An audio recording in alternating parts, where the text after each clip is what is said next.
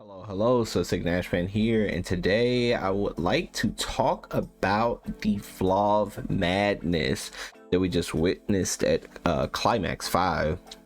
So there were 4 Vlov players in top 8 at Climax. There was Masoma, Safe, Jurassic Ori, and Akimi.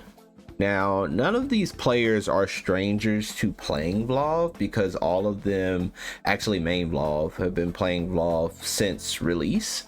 So it's nothing new, right? However, the dominance that Vlov has been seeing, a lot of players have been getting better in general, but the dominance that Vlov has been seeing in a lot of tournament results is beginning to get a little scary, especially because Japan considers Vlov pretty weak on the lower end of things. So the character isn't going to get nerfed anytime soon. Actually, as a matter of fact, when this version of the game came out, Vlov actually got better.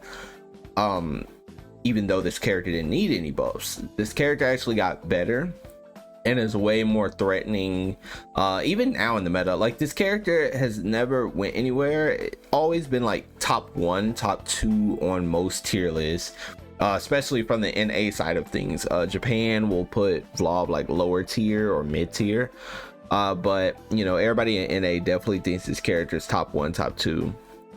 The problem I'm seeing right now is with everyone rapidly getting better, right? This character is only getting better, and from a spectator viewpoint, right? As a spectator watching, you know, tournaments, like if somebody tunes in and watches Type Lumina and they see this character, obviously they're gonna assume this character's top tier, right? I mean, you can tell just by the mechanics that this character has. You know, some of the fire and ice stuff. The ice is like really crazy good, controls the neutral well. Like, this character's neutral is like ridiculous anyway, but you can already tell that this character plays different from every other character.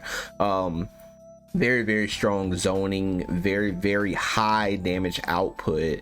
It's very hard to contest this character, and you always feel like you're taking some type of risk when you are fighting against this character. It's never like a good idea to do option A or option B, you know. So that's like the biggest issue right now. It's like the risk for reward. Like, if you do something against Vlov, it might not be the right answer, but it might be an answer that you have to take just based on this character's tool set, especially with having the best zoning in the game and having to interact. And I think that that's the biggest issue with Vlov is this character forces you to interact, and Vlov does not have to interact, especially in a lot of matchups, probably like 80 to 90% of his matchup spread. He actually just doesn't have to interact.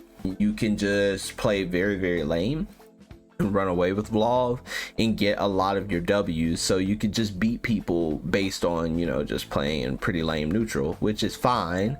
However, like, going back to this as a spectator, when you see 4 Vlovs in top, I feel like this is when, you know, something in the patch, like the next patch, needs to change to where it shakes up the meta even more. Because I think there are so many viable characters. I think every character in Type Lumina is actually viable, but I think that with Vlov running around, it's kind of making things worse, because Vlov does have a really good matchup against a lot of characters. I can't even really name more than 5 characters the character loses to. I don't think he has any bad matchups like that where he actually just loses, you know, to characters straight up. So with that being said, 4 of them making top at Climax and Grand Finals being a mirror match, Safe knocking Skrull out of the tournament.